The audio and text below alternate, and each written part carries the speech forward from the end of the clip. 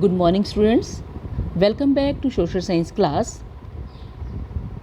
In previous video, you have read about the agriculture, definition of agriculture and importance of agriculture.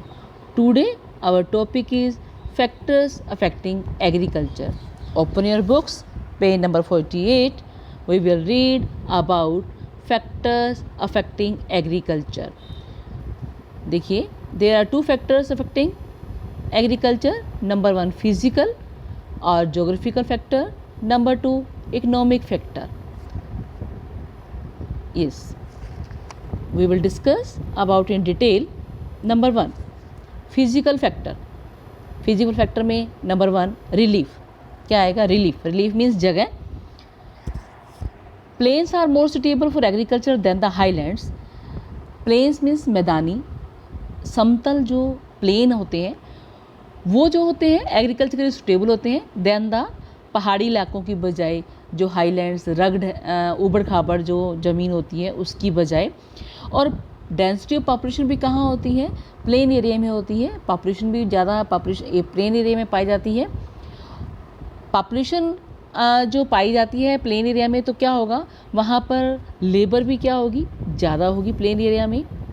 And market for farm products, और जो market भी क्या होगी? बड़ी मिल जाएगी, वहाँ पर बड़ी मिलेगी क्योंकि जो फार्म प्रोडक्ट्स जो हमें चाहिए होते हैं एग्रीकल्चर के लिए तो उसके लिए मार्केट भी होगी। तो moreover it becomes easier to use modern equipments on plain regions whereas it is difficult to use machines on rug topography. आप देखिए दूसरा क्या होता है कि हम जो इक्विपमेंट्स यूज़ करते हैं, जैसे हमने कंबाइन यूज़ करनी है, ट्रैक्टर यूज़ करना है, तो प्लेन एरिया में क्या होता है? ईजी रहता है यूज़ करना, बजाय कि जो ऊबड़ खाबड़ जो जगह होती है उसमें मशीनों को यूज़ करना बड़ा डिफ़िकल्ट रहता है।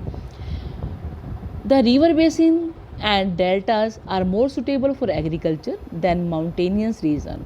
जो रिवर बेसिन और डेल्टा जो होते हैं ये बड़े फर्टाइल होते हैं और ये माउंटेन्स की बजाय ये ज़्यादा एग्रीकल्चर के लिए सूटेबल होते हैं।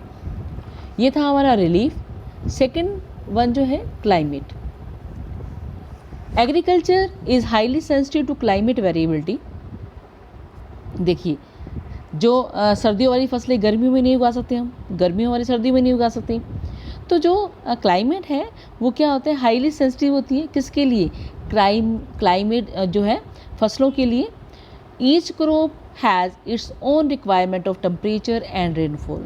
हर एक क्रॉप का अपना टेम्परेचर एंड रेनफॉल जो है वो रिक्वायर करती है कि इस क्रॉप को, जैसे वीट है, वीट को क्या कौन सा कितने रेनफॉल चाहिए, कितना टेम्परेचर चाहिए। तो that's why variation in climatic condition supports different crop pattern. तो जो वेरिएशन है क्लाइमेट कंडीशन के अंदर उससे क्या होता है कि क्रॉप पैटर्न क्या है? डिफरेंट हो जाता है। फॉर एग्जांपल जो वीट है वो टेम्परेट रीजन में अच्छी उगा सकते हैं, ठीक है, टेम्परेट जो ये वीट है टेम्परेट में, और जो राइस है वो ट्रॉपिकल रीजन के अंदर जो है अच्छे उगा सकते हैं। तो जो ग्रोइंग सीजन है एक्वेटोरियल रीजन में क्या होता है? ज़्यादा होता है क्योंकि वहाँ धूप ज़्यादा पड़ती है as compared the temperate region. तो अलग अलग जिस तरह से क्लाइमेट होती है, जिस तरह से उसी तरह से जो है क्रॉप पैटर्न बन जाता है। हर एक क्रॉप को अपना टेम्परेचर और रेनफॉल जो है अलग अलग रिक्वायर्ड होता है और इसी तरह से जो है कि अलग अलग पैटर्न बन जाते हैं। सोइल जो है क्या होती है? रिच होती है मिनरल्स और ऑर्गेनिक के अंदर और सपोर्ट्स करती है एग्रीकल्चर को। सोइल फर्टाइल होगी तो हमारी एग्रीकल्चर भी क्या होगी? अच्छी होगी। Chemical composition and fertility of soil differs from place to place which leads to variation in soil type. अलग अलग जगह पर अलग अलग सॉइल पाई जाती है और इस तरह से जो है क्रॉप्स भी हैं वो क्या होती है? अलग अलग जगह पर अलग अलग पाई जाती है अकॉर्डिंग टू सोइल। एग्जाम्पल देखिए, एल्विन सोइल और ब्लैक सोइल जो है फर्टाइल होती है किसके लिए? एग्रीकल्चर के लिए। मोस्ट फर्टाइल जो होती है वो कौन सी सोइल होती है? Alluvial and black soil. ये जो थे आपके जोग्राफिकल फैक्टर्स थे या फिजिकल फैक्टर्स बोल सकते हैं। उसके बाद क्या है आपका इकोनॉमिक फैक्टर। क्या है उसके बाद इकोनॉमिक फैक्टर। उसमें क्या है number 1 size of land holdings. जो साइज है आपकी लैंड का वो क्या करता है इफेक्ट डालता है किसके ऊपर, एग्रीकल्चर के ऊपर भी, और जो है आपका पर हेक्टेयर जो आपकी फसल आती है उसके ऊपर भी। जो डेवलपिंग कंट्रीज़ हैं वहाँ पर क्या है पॉपुलेशन क्या है ज़्यादा है, ठीक है, जैसे इंडिया में पॉपुलेशन क्या है ज़्यादा है, और जो यहाँ पर हमारे यहाँ डेवलपिंग कंट्रीज़ हैं वहाँ पर साइज़ क्या है फॉर्म के, खेत के साइज़ क्या है छोटे हैं। क्यों है, क्योंकि एक तो जो है पॉपुलेशन बढ़ रही है रूरल एरियाज में, दूसरा क्या है लो ऑफ सक्सेशन के कारण जो खेत जो है छोटे से हो जाते हैं, और जो छोटे खेत होते हैं वो क्या होते हैं इकोनॉमिकली यानी कि सही नहीं होते, उनमें ज़्यादा फ़ायदा नहीं होता। लो ऑफ सक्सेशन क्या होता है कि जैसे मतलब बच्चे होते हैं आगे, तो क्या होता है जैसे आपके दादाजी और जो है आपके दादा 5 भाई हैं और उनकी 50 एकड़ ज़मीन थी, तो कितने किले आ गई उनकी 5 भाइयों में 10-10 में बढ़ गई। फिर आपके पापा के पास 10 किले हो गई, 10 किले जो है 10 एकड़ जो है आगे आप 2 भाई हैं आगे, तो कितनी हो गई आगे 5 एकड़ हो गई। तो इस तरह से जो बंटवारा होता है आगे फैमिलीज़ के अंदर बच्चों के अंदर, उससे क्या है कि जो है जो फार्म है वो क्या होते जाते हैं छोटे होते जाते हैं, और उसमें जो है इकोनॉमिकली फ़ायदा कम रहता है। ठीक है, आगे देखिए लेबर जो है ये भी इन्फ्लुएंस करती है किसके ऊपर, क्रॉपिंग पैटर्न के ऊपर। जो लेबर जो है रिक्वायर्ड होती है अलग अलग क्रॉप के लिए अलग, जैसे आप आसाम में है चाय की पत्तियों के लिए क्या होती है जो हमारी ट्रेंड यानी कि स्किल्ड लेबर चाहिए होती है, और जैसे वीट के लिए है सोइंग और हार्वेस्टिंग के लिए जो लेबर चाहिए होती है।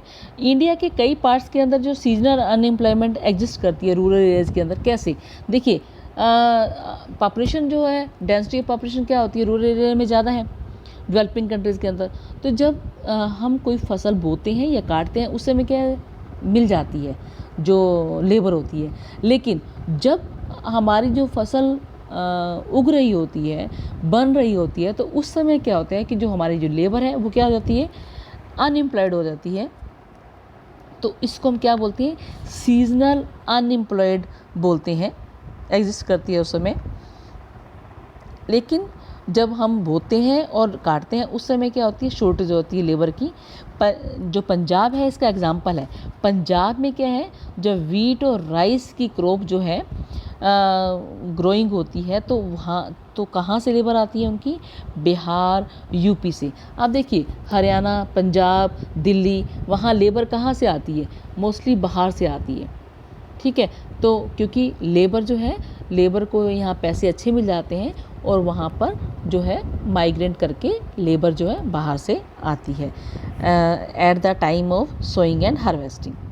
थर्ड जो है कैपिटल का भी बड़ा उसमें है रोल है किसके अंदर, एग्रीकल्चर के अंदर।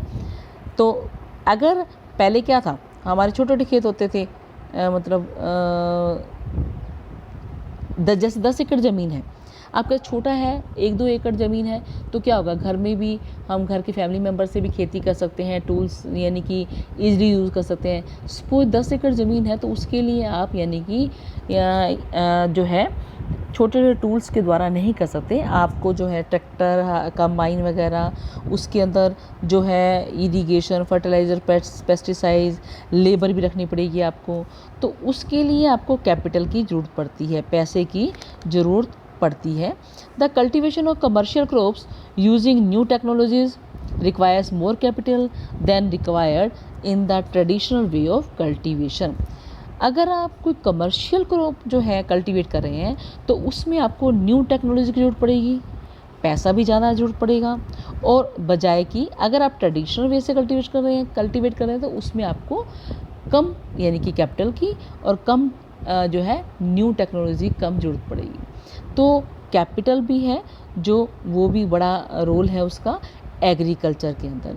ये जो फैक्टर्स हैं ये अफेक्ट करते हैं एग्रीकल्चर को।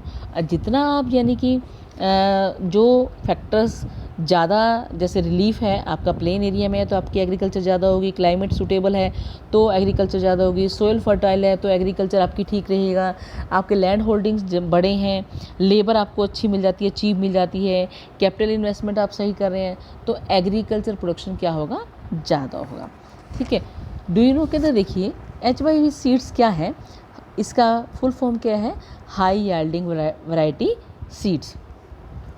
ये क्या है, जो रेगुलर हम सीड्स डालते हैं उससे क्या है 10 टाइम्स मोर क्रॉप जो है ये सीड जो है उगाते हैं। ठीक है, और जल्दी फसल तैयार हो जाती है ये। और ये जो हमारे साइंटिस्ट हैं जो हमारे फूड सप्लाईज को इम्प्रूव करने के लिए HYV सीड्स को क्या है डेवलप किया गया था।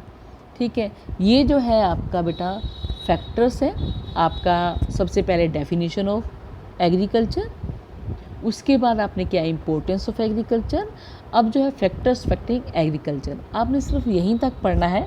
आपका जो आज का पेज है 48 नंबर पेज है, इसको आपने पढ़ना है बुक से और ट्राई करना है इस क्वेश्चन को लिखने का। ठीक है, कि फैक्टर्स अफेक्टिंग तक एग्रीकल्चर 2 फैक्टर्स हैं, फिजिकल, इकोनॉमिक।